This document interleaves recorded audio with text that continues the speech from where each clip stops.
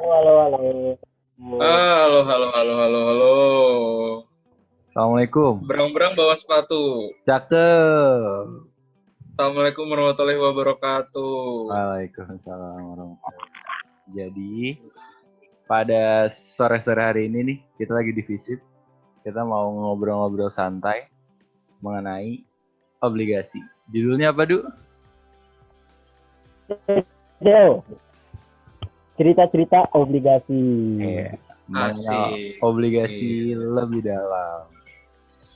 Kita Mantap. kenalan dulu kali ya. Kenalin, Boleh, boleh. nama saya Chandra Putra, NPM 99. Kenalkan, nama saya Dava Dialhaq, NPM 89. Kenalin, saya Yuriza, NPM 111. Dan buat teman-teman penonton yang hadir pada kesempatan kali ini, kenalin dulu, ini kita bertiga orang-orang kece dari Adbis 18. Sabi. Ya, kita bakal ngobrol-ngobrol santai aja sih tentang obligasi gitu. Kita bertiga cuma pengen ceritain tentang obligasi biar kita semua bisa mengenal obligasi lebih dalam. Karena kita di sini masih sama-sama belajar. Bener. Pokoknya nih kita sama-sama belajar. 3 mas yang keren-keren deh. Iya. Gimana, Du? Gimana apanya? Langsung aja. Oke. Tadi ini ada table of content. Jadi dalam penjelasan hari ini kita tuh ada yang pertama ada pengertian obligasi, jenis-jenis obligasi, karakteristik obligasi, ada keuntungan dan kerugian obligasi, dan yang terakhir ada syarat dan pihak penerbit obligasi. Jadi yang pertama ada pengertian obligasi. Jadi obligasi itu apa sih, bro? Jadi obligasi itu adalah suatu istilah yang digunakan dalam dunia keuangan yang merupakan suatu pernyataan utang dari penerbit obligasi kepada pemegang obligasi beserta janji untuk membayar kembali pokok utang beserta kupon bunganya kelak pada saat tanggal jatuh tempo pembayaran. Jadi sebenarnya sederhananya itu obligasi itu adalah surat utang gitu. Tapi utangnya siapa gitu kan pasti ditanya. Jadi surat utangnya suatu perusahaan atau pemerintah. Terus tanya lagi nih, utangnya kemana sih mas? Utangnya itu langsung ke masyarakat. Jadi utangnya ini tuh bisa langsung dibeli sama masyarakat yang nantinya udah dijelasin di situ akan diberikan bunga di akhir periodenya itu pas saat waktu jatuh tempo. Seperti itu, Mas. Oh ya, Mas. Anda ya mantap ya, Mas Anda ya. Mas Anda banyak utang ya. Nah, jadi selanjutnya kita masuk ke jenis obligasi. Nah, jenis obligasi sendiri itu ada banyak. Jadi yang pertama itu, yang ini ada kebagi dua, berdasarkan definisi dan berdasarkan bunga. Nah, kalau berdasarkan definisi itu ada debenturus, terus ada subordinated debentures, terus ada mortgage bonds, zero and very low coupon bonds, yang kelima ada junk bonds, dan yang keenam ada euro bonds. Nah, terus jadi selanjutnya ada yang berdasarkan bunga. Jadi berdasarkan bunga ini ada obligasi dengan tingkat bunga tetap. Jadi maksudnya ini adalah obligasi ini bunganya itu sudah ditetapkan mas-mas di depan. Jadi kayak misalnya kita beli obligasi sekitar misalnya 10 juta. Anggap aja 1 juta yang gampang. 1 juta terus dikasih tahu bunganya itu 10%. Berarti nanti pas itu sudah jatuh tempo obligasi tersebut akan mendapatkan 1 juta kembalinya plus 10% dari 1 juta itu 100.000. Berarti akan mendapatkan 1.100.000. Seperti itu. Yang kedua ada obligasi dengan tingkat bunga mengambang. Nah biasanya kalau ini tuh bunganya nggak tepat. Bunganya itu nggak tetap dari awal. Tapi ada range-nya. Tapi biasanya kalau kayak gini tuh ada batas dasarnya. Kayak gitu. Jadi insya Allah nggak mungkin minus. Kayak gitu. Selanjutnya ada obligasi dengan jaminan. Yaitu ada guaranteed bonds, mortgage bonds, collateral trust bond, and equipment trust bonds. Kayak gitu mas. Next, selanjutnya ada jenis obligasi berdasarkan konvertibilitas. Jadi di sini menurut si Farid Haryanto dan Siswanto Sudormo menulis bahwa obligasi konversi itu adalah obligasi yang dapat diubah menjadi saham biasa dan pemilik obligasi konversi sebenarnya memiliki obligasi dan opsi call atas saham perusahaan. Jadi maksudnya di sini adalah misalnya obligasi ini dikeluarin sama perusahaan yang juga sudah terbuka, yang sudah memiliki saham. Misalnya perusahaan A ini dia sudah terbuka jadi memiliki saham yang bisa kita beli, dan kita juga beli obligasi di perusahaan tersebut. Nah, obligasi konvertibilitas ini maksudnya nanti pembayaran si obligasi kita ini bisa kita tukar menjadi saham. Seperti itu, Mas. Oh gitu ya Mas Chandra ya, mantap Iya. banget, Mas Chandra.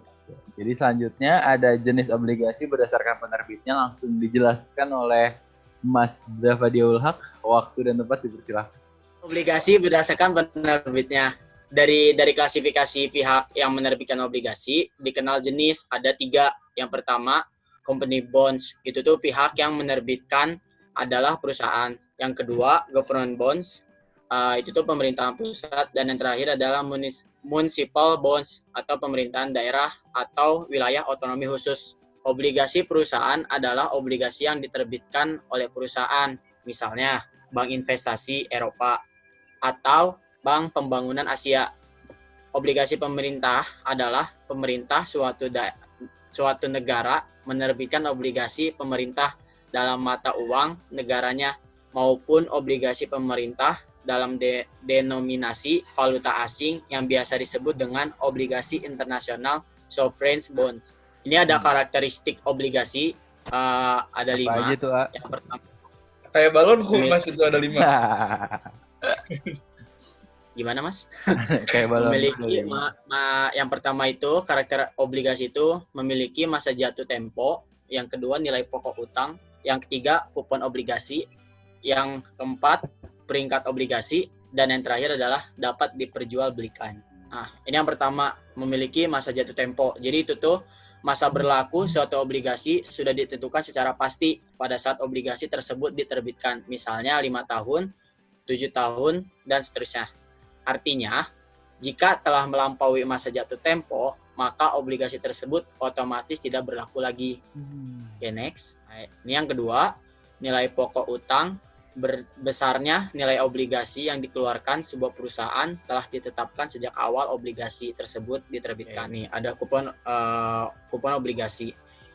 Pendapatan utama pemegang obligasi adalah bunga yang dibayar perusahaan kepada pemegang obligasi pada waktu yang telah ditentukan. Kupon yang dibayar perusahaan penerbit obligasi itu dapat berupa seperti kupon dengan tingkat bunga tetap, misalnya 17% setiap tahun.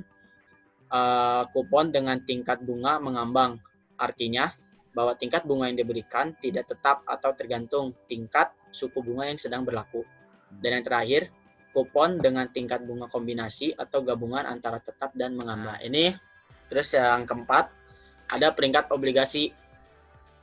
Agar investor memiliki gambaran tingkat risiko ketidakmampuan perusahaan dalam membayar, maka di dalam dunia surat utang atau obligasi dikenal suatu tingkat yang menggambarkan kemampuan bayar perusahaan penerbit obligasi. Oke, ini tuh yang terakhir nih, yang kelima, dapat diperjualbelikan. Jadi ini tuh gimana Mas Yuri?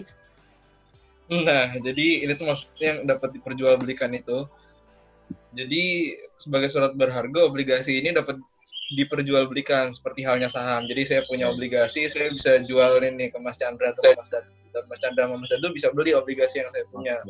Terus yang kedua, kalau suatu saat nilai obligasinya meningkat, berarti pemegang obligasi juga menjual obligasi tersebut melalui dealer atau pialang obligasi. Nah, terus pialang obligasi itu nanti akan menerima fee atas transaksi obligasi tersebut. Gitu, Bro. Keuntungan dan kerugian dalam membeli obligasi. Ya, namanya juga hidup ya, ada untung ada rugi lah mau gitu ya. Jadi yang keuntungannya itu ada 2 aja. Yang pertama, memberikan pendapatan tetap berupa kupon. Tadi kupon itu yang katanya tuh kalau di obligasi itu bunga, cenah. Terus yang kedua itu keuntungan atas penjualan obligasi. Jadi kalau tadi kan katanya obligasi bisa dijual beliin kan, kayak saham. Nah, ntar saya jualin nih ke Mas Dadu atau ke Mas Chandra, ntar saya dapat untung gitu. Tapi ada kerugiannya nih untuk membeli obligasi, dan apa ada tuh, 2. Mas? Ini ternyata resiko perusahaan kalau nggak mampu bayar kupon obligasi maupun mengembalikan pokok obligasi. Jadi itu juga jadi suatu kerugian gitu kalau si perusahaannya nggak bisa bayarin kupon obligasi obligasi gitu. Yoi. Terus juga ada juga risiko tingkat suku bunga gitu ya. Jadinya buntung dong Mas, nggak untung. Iya, ntar buntung, nggak Sungguh. punya bunga bikin pusing. Syarat sebuah perusahaan berhak memberikan obligasi. Lagi-lagi ini kecilnya ini jebakan biar orang-orang tuh fokus Oh gitu loh. alah.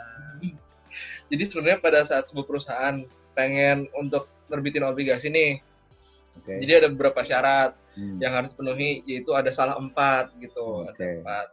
Yang pertama ini mengikuti prosedur yang ditetapkan oleh Bapepam LK. Di antaranya melakukan pada Bapepam LK bahwa yang bersangkutan berkeinginan untuk menerbitkan obligasi. Terus dari Bapepam LK-nya juga menyatakan gitu kalau ini tuh layak. Oke. Nah, terus yang kedua, kayak tombol hati ini lama-lama ya. Jadi perusahaan yang bersangkutan telah dinyatakan memiliki nama dan reputasi yang baik. Tiga ini ada laporan keuangan perusahaan yang bersangkutan telah diaudit oleh akuntan yang terdaftar gitu ya. Kebetulan saya punya kenalan akuntan tuh hebat banget lah dia. Yang keempat nih, pada 2 dan 3 tahun terakhir perusahaan selalu mendapat keuntungan dan tidak mengalami kerugian. Ini mohon maaf ini biar fokus aja. Ini maksudnya selalu mendapat keuntungan dan tidak mengalami kerugian ya, gitu maksudnya ya. Kita harus fokus ya jadi penonton video ini ya. Iya. Jangan-jangan video ini selain mengajarkan obligasi juga mengajarkan kefokusan. Itu maksudnya. Ini ada lagi. Tuh, lihat nih. Pihak yang berhak menerbitatkan bla bla bla sih. Lihat apa nih yang kecil? Apa ini ya? Obligasi, Mas. Iya. Iya. Gitu. Oke. Jadi obligasi itu diterbitkan oleh pihak-pihak yang memiliki legalitas dari segi hukum, segi 4, segi panjang. Karena ini menyangkut dengan pertanggungjawaban di kemudian hari gitu. Seperti persoalan kemampuan menyelesaikannya dan sebagainya. Jadi ini memang selalu ada pertanggungjawaban di kemudian hari gitu. Sebagaimana kita semua hidup di dunia. Ada beberapa pihak yang menerbitkan obligasi itu. Jadi ada 5 nih. Balonku juga ini tadi kayak sama punya Mas Dava ini ada 5. Pertama ini perusahaan, yang kedua itu pemerintah, yang ketiga pemerintah negara. Ini di bagian Indonesia yang sering dijelaskan dengan Pemda. Terus yang keempat itu pemerintah asing, yang kelima perusahaan asing gitu loh. Seperti itu, Mas. Nah, jadi kalau ini namanya terima kasih. Oke. Atau bahasa Sundanya hatur nuhun. Hatur nuhun. Alhamdulillah. Mas. Sudah mendengarkan obrolan santai. Gimana kalau kesan-pesan dari Mas Dadu lah? Kesan-kesan gimana tuh, Mas? Kayak setelah dengerin cerita-cerita ini, gimana nih Mas tentang obligasi nih Mas? Kalau misalnya dari saya, mudah-mudahan apa yang disampaikan oleh Yuriza dan Chandra bisa ditangkap dengan baik dan diserap lah dengan baik untuk diaplikasikan di dunia maya. Dunia akhirat lah. Sebenarnya juga kita mau jelasin aja sih, kayak kita buat ngobrol-ngobrol santai ini, cerita-cerita obligasi ini, selain untuk membagikan ilmu kita yang telah kita pelajari di mata perkuliahan strategi keuangan, ini juga untuk memenuhi salah satu penugasan UTS kita. Bukan begitu mas-mas sekalian? Iya, betul banget. Yang pastinya semoga ini nanti bisa ditonton sama siapapun sampai kita tua, sampai jadi debu, sama anak-anak kita juga, sama cicit-cicit ya, kita. Semoga bermanfaat ya ini, semoga ya YouTube nggak cepet bangkrut. Kita tetap dapat subscribe dan like. Subscribe. Ya, semoga video ini menyenangkan lah. Oh ya, amin. Betul sekali. Kayaknya biar afdol kita diakhirin pakai pantun nggak sih mas? Boleh. Aku cuma jawab cakep ya. Iya, aku juga Mas Yuri aja lah mas pantun. Ya, udah kayak Betawi soalnya. Tumuhun. Lagi mikir ya mas? Iya.